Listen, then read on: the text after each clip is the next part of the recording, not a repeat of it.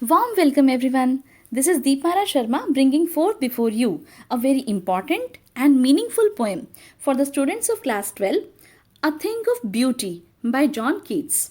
और इस प्रेजेंटेशन में हम पढ़ेंगे सबसे पहले तो अबाउट द पोएट, फिर हम करेंगे पोएम की इंट्रोडक्शन, फिर हम समझेंगे line by line explanation of the poem, फिर थीम और central idea of the poem, poet जो मैसेज कन्वे करना चाहता है, उसके बाद हम करेंगे सभी important literary devices and finally will also do all the important questions and their answers. तो सबसे पहले तो about the poet.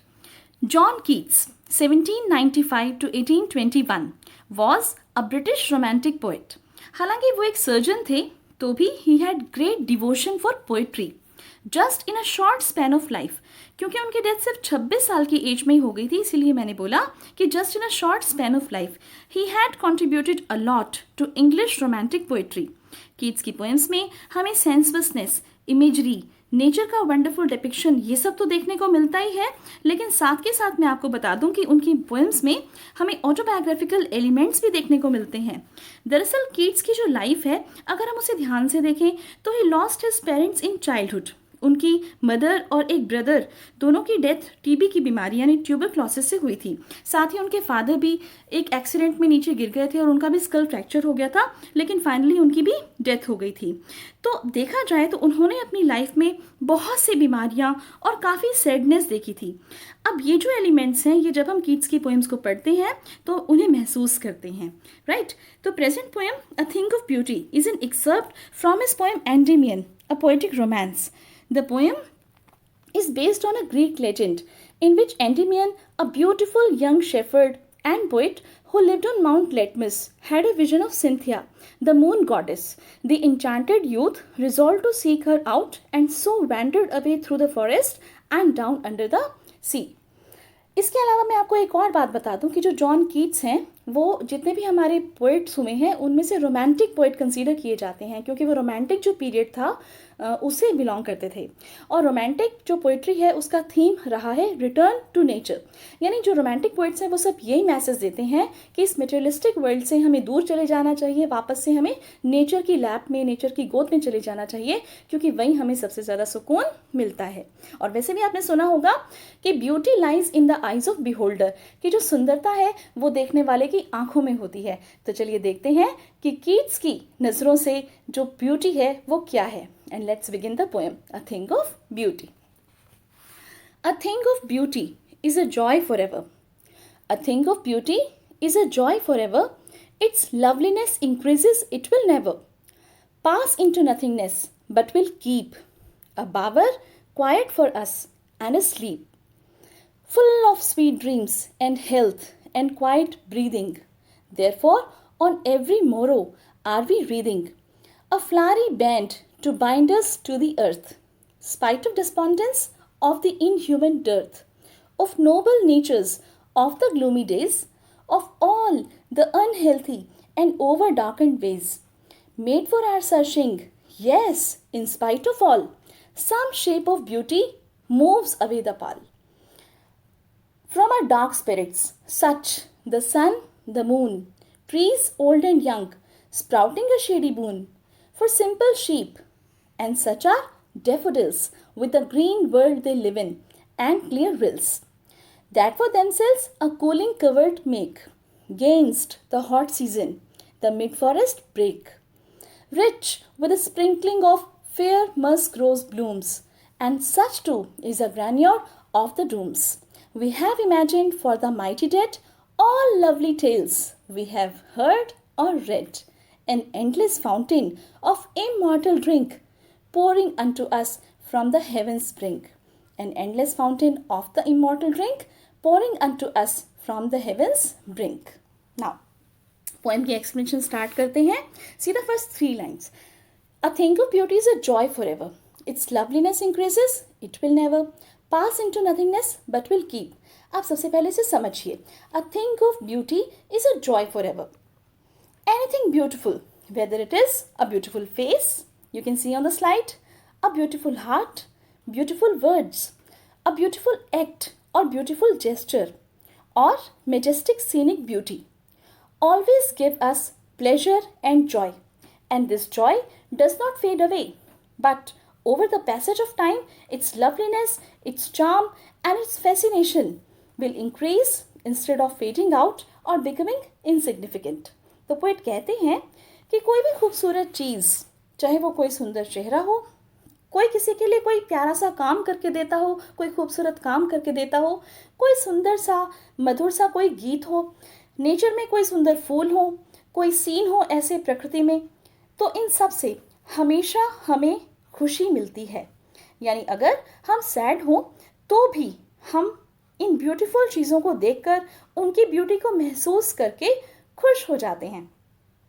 It's loveliness increases का मतलब है कि उसकी जो लवलीनेस है, यानी उसका जो चार्म है, उसका जो फैसिनेशन है, वो हमेशा इंक्रीज होता रहता है, यानी बढ़ता रहता है. और it will never pass into nothingness, means कि ये कभी भी ख़त्म नहीं होता. उसका जो चार्म है, फैसिनेशन है, लवलीनेस है ब्यूटीफुल चीज़ की, वो हमेशा बढ़ती रहती है. इसकी जो ब्यूटी है, it will never die. Next is but will keep a bower quiet for us and a sleep full of sweet dreams and health and quiet breathing. In present poem actually, Keats primarily talks about nature and bountiful beauties of nature. Bower is a pleasant shady place. You can see on your mobile screens. यानी shady place. आप इसे इस तरह से समझ सकते हो कि जैसे मान लो पेड़ों का झुरमुट हो. Okay, poet wants to convey कि जो भी ब्यूटीफुल थिंग्स हैं वो ठीक इसी तरह से हमें सुकून देती हैं कि जैसे मानो हम काफ़ी गर्मी में इधर उधर यहाँ वहाँ घूम घूम कर परेशान हो जाएं और फिर हमें कहीं ठंडी छाया मिल जाए पेड़ों की. तो जो सुकून हमें मिलेगा, जो ठंडक मिलेगी, जो आराम मिलेगा उसके नीचे जाकर, ठीक वही सुकून, ठंडक, आराम, वही same feeling in beautiful things से मिलती है. और साथ ही उस सुकून में हम एक साउंड स्लीप ले पाते हैं, यानी अच्छे से सो सकते हैं, स्वीट ड्रीम्स ले पाते हैं. अब आप देखिए कि ये शांति से, सुकून से सोने का मतलब दरअसल यही है कि हम रिलैक्स्ड फील करते हैं. We recover from our elements, anxieties, we regain good health. कब? When we see a beautiful thing. तो केवल देखने से ही, उनकी कंपनी में जाने से ही हम इन सब चीज़ों को महसूस कर पाते हैं and enjoy it's fascination, it's charm. तो स्लीप की बात हो गई, स्वीट ड्रीम्स की बात हो गई, हेल्थ की बात हो गई. अब हम आते हैं क्वाइट ब्रीदिंग क्या है. क्वाइट मीन्स आपको पता ही है शांत, ब्रीदिंग मीन्स सांस लेना. तो क्वाइट ब्रीदिंग का मतलब हुआ चैन की सांस लेना. तो इसका मतलब ये हुआ कि ब्यूटीफुल थिंग्स को देखकर, उनकी ब्यूटी को महसूस करके हम एकदम चैन, सुकून से रह पाते हैं, शांति की और चैन की नींद लेते हैं और अपनी जितनी भी परेशानियां हैं, बीमारियां हैं, ओके, इन सबको भूल जाते हैं और फिर लाइफ में आगे बढ़ते हैं. Next the poet says, therefore on every morrow are we reading a flowery band to bind us to the earth. पहले मैं इस लाइन का आपको सरफेस मीनिंग समझाती हूँ. यहाँ मोरो stands for morning. therefore on every morrow का मतलब हुआ कि इसलिए हम हर सुबह, रोज़ सुबह उठकर नेचर के पास जाकर फूलों की माला बुनते हैं. ठीक है, लेकिन अभी सारी बातें यहाँ पर सिंबॉलिक हैं. समझिए कैसे. देखिए, रीडिंग का मतलब है मेकिंग और फ्लारी बैंड का मतलब हो जाता है गार्लैंड, फूलों की माला. Okay, to bind us to the earth का मतलब है यहाँ पर थोड़ा सा सिंबॉलिक है. आप समझिए, bind us to the earth का मतलब हुआ कि we associate ourselves with earth, with nature. तो बेसिकली आप समझिए, by saying so the poet wants to convey कि it becomes our duty to connect ourselves with nature, with a mother earth. हमें प्रकृति में जाकर वहाँ समय बिताना चाहिए. दरअसल मैं आपको बताऊं तो पोएट हमें कहना चाहते हैं कि हमें नेचर को प्रोटेक्ट करना चाहिए. और प्रोटेक्ट हम कैसे करेंगे? जब हम प्रकृति के पास जाएंगे. तो इस तरह से पोएट हमें एग्जाम्पल देता है कि हम सुबह उठकर और फूलों की माला बनाते हैं, फूल जैसे इकट्ठा करते हैं, फिर भगवान जी को चढ़ाते हैं. तो इस तरह से प्रकृति के पास जाएंगे, फूल चुनेंगे. इसका मतलब यही है कि we must go back to nature, return to nature, जैसा मैंने आपको बताया था जो रोमांटिक पोइट्री है उसका थीम है.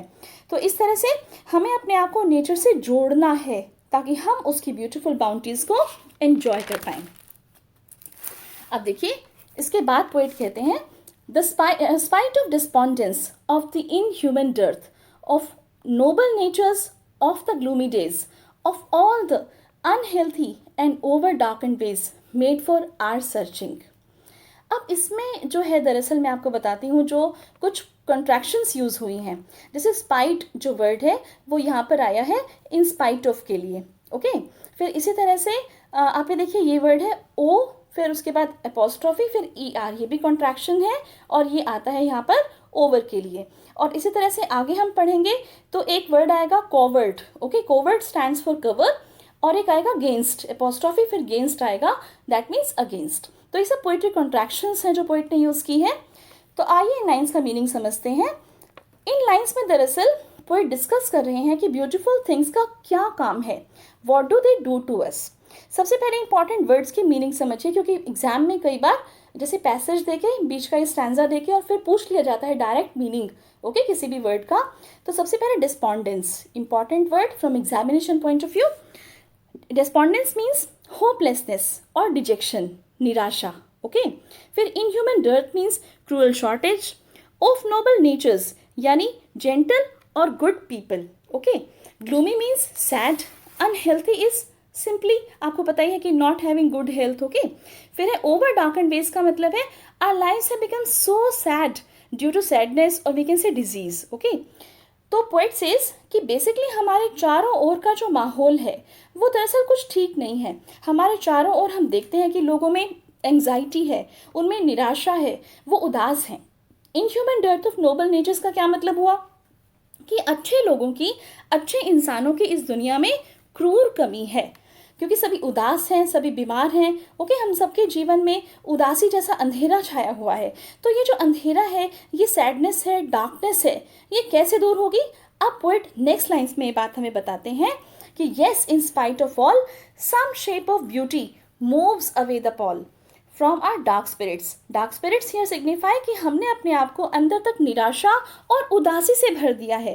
तो इन सब नेगेटिविटी के बावजूद थिंग ऑफ ब्यूटी क्या करती है, it moves away the Paul. Paul means cover, कि जैसे कि एक उदासी का जो माहौल हमारे अंदर बन चुका है, हम उसमें से बाहर कब निकलते हैं।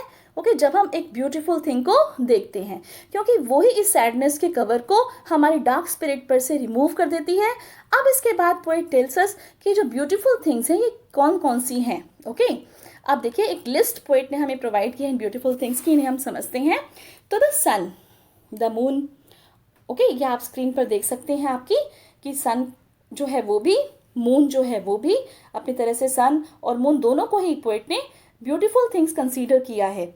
इनके अलावा भी लेकिन बहुत सारी ब्यूटीफुल थिंग्स हैं जो पोएट इस पोएम में मेंशन करते हैं। मैंने आपसे कहा था कि what are the beautiful things, what is beauty according to kids. Okay, वो हम इस पोएम में पढ़ रहे हैं। तो आप देखिए सन, मून, ये ब्यूटीफुल थिंग्स हैं। फिर इसके बाद देखिए उसने बताया old trees, old and young trees, जो कि सिंपल शीप यानी एनिमल्स को धूप में ठंडी छाया देते हैं, वो भी थिंग ऑफ ब्यूटी है। फिर इसके बाद डेफोडिल्स, जो कि बहुत ही सुंदर फूल होते हैं, with the green world they live in, कि यानी कि डेफोडिल्स जो हैं वो भी क्या हुए, thing of beauty. Clear reels, यानी कई बार आपने देखा होगा कि पानी की स्ट्रीम्स, छोटी छोटी नदियाँ सी बहती रहती हैं और उनके दोनों ओर स्मॉल स्ट्रीम्स होती हैं, ये कोई बड़ी नदी नहीं होती, और उनके दोनों ओर कुछ पौधे उग जाते हैं। ओके, पानी और वो मिट्टी किनारे पर उनके पौधे उग जाते हैं और दोनों ओर से वो इतने घने हो जाते हैं, थिक हो जाते हैं कि वो एक दूसरे को क्रॉस कर लेते हैं स्ट्रीम के ऊपर से। ओके, तो वो एक कूलिंग कवर बन जाता है अगेंस्ट द हॉट सीजन, यानी गर्मी से बचाने के लिए उस रिल यानी पानी की स्ट्रीम के ऊपर, जो कि उसे ठंडा रखता है। तो एक क्लियर रिल भी क्या हुई, अ थिंग ऑफ ब्यूटी हो गई। फिर है mid forest brake, rich with sprinkling of fair musk rose blooms.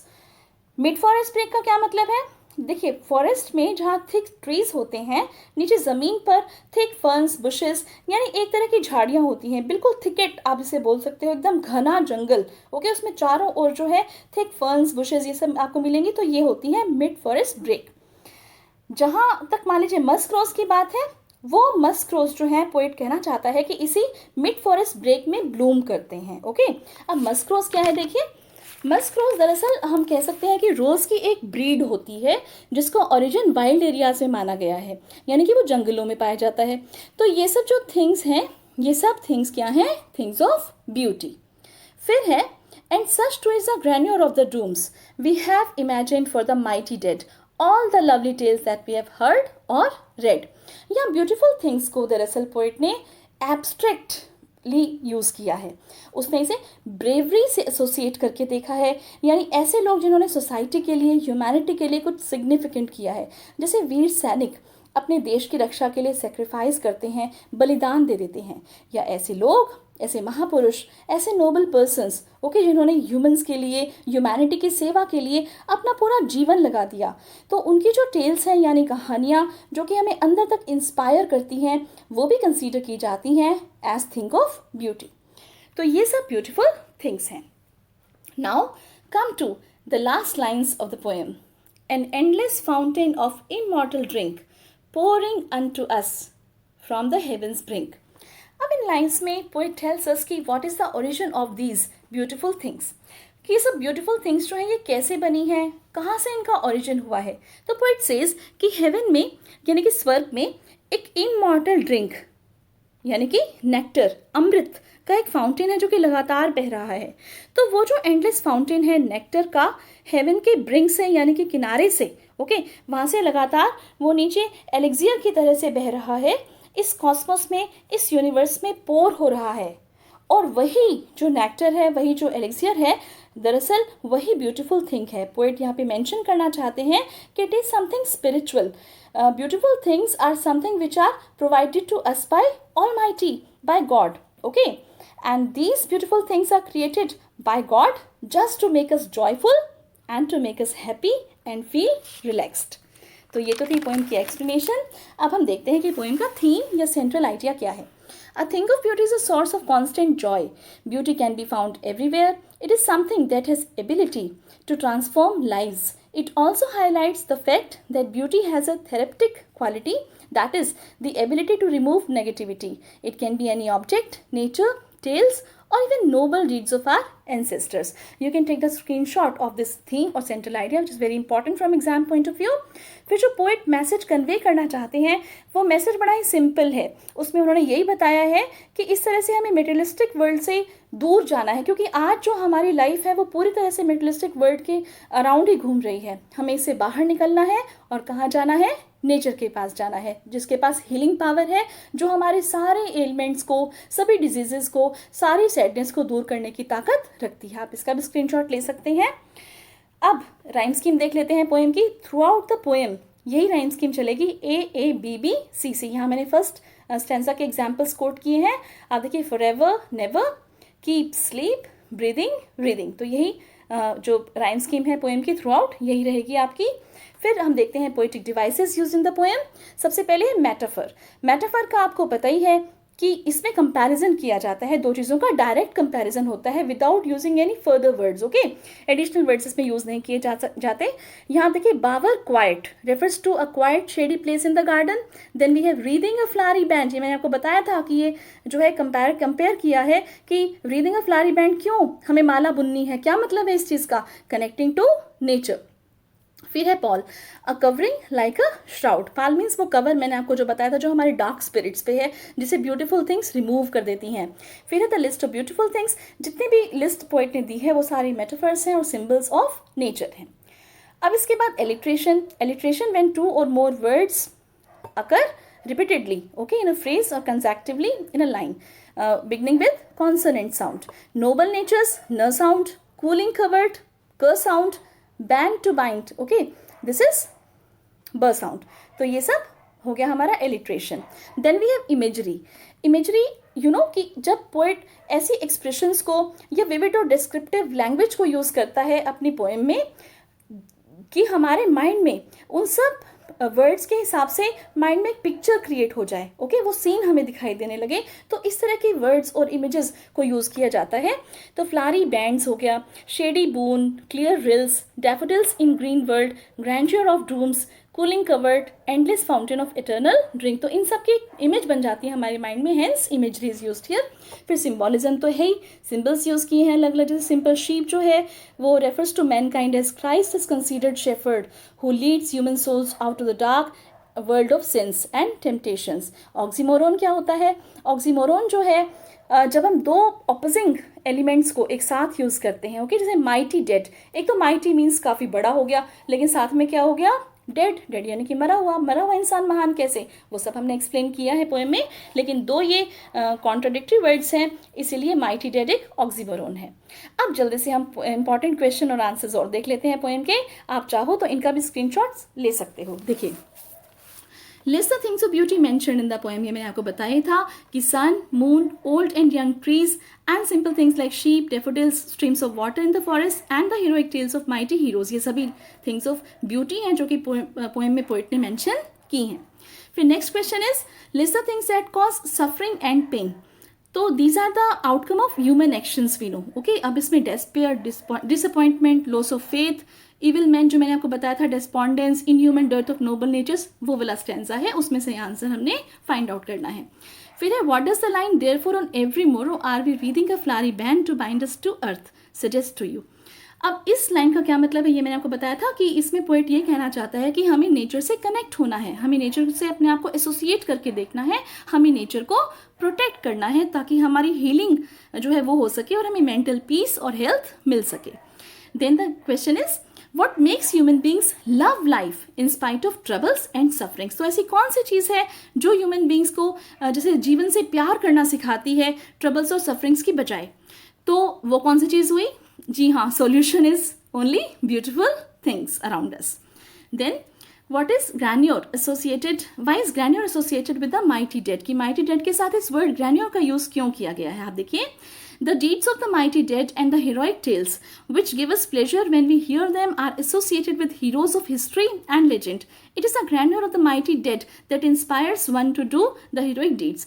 क्योंकि जो लोग मर गए हैं वो महान इसीलिए हुए हैं क्योंकि उन्होंने कुछ मेजेस्टिक काम किया है, कुछ बड़ा काम किया है। ओके, और इसीलिए ग्रैन्योर वर्ड जो है जिसका मतलब क्या होता है, बिग और मेजेस्टिक, ग्रैंड। ओके, ग्रैंड से बना है, तो इस तरह का काम करने वाले लोग जो हैं वो माइटी डेड हो गए और इसीलिए इसे जोड़ा गया है। Do we experience things of beauty only for a short moment or do they make a lasting impression on us? ये आपको पता ही है कि क्या beautiful things थोड़े से समय के लिए होती हैं या लंबे समय के लिए? Yes, of course, they make a lasting impression on all of us. Then the last question is, what image does the poet use to describe the beautiful bounty of the earth? कि poet जो है beautiful bounty of earth, ये मैंने आपको बताया भी था कि पोइट ने इसमें नेचर की जो बाउंटीज हैं, ब्यूटीफुल बाउंटीज जैसे sun, moon, daffodils, streams of water, mid forest brake, ये सब चीज़ें, मस्क, रोज, डेफोडिल्स, ये सब यूज़ किए हैं। तो इसलिए ये जो पूरी की पूरी लिस्ट है ये है beautiful bounty of the earth.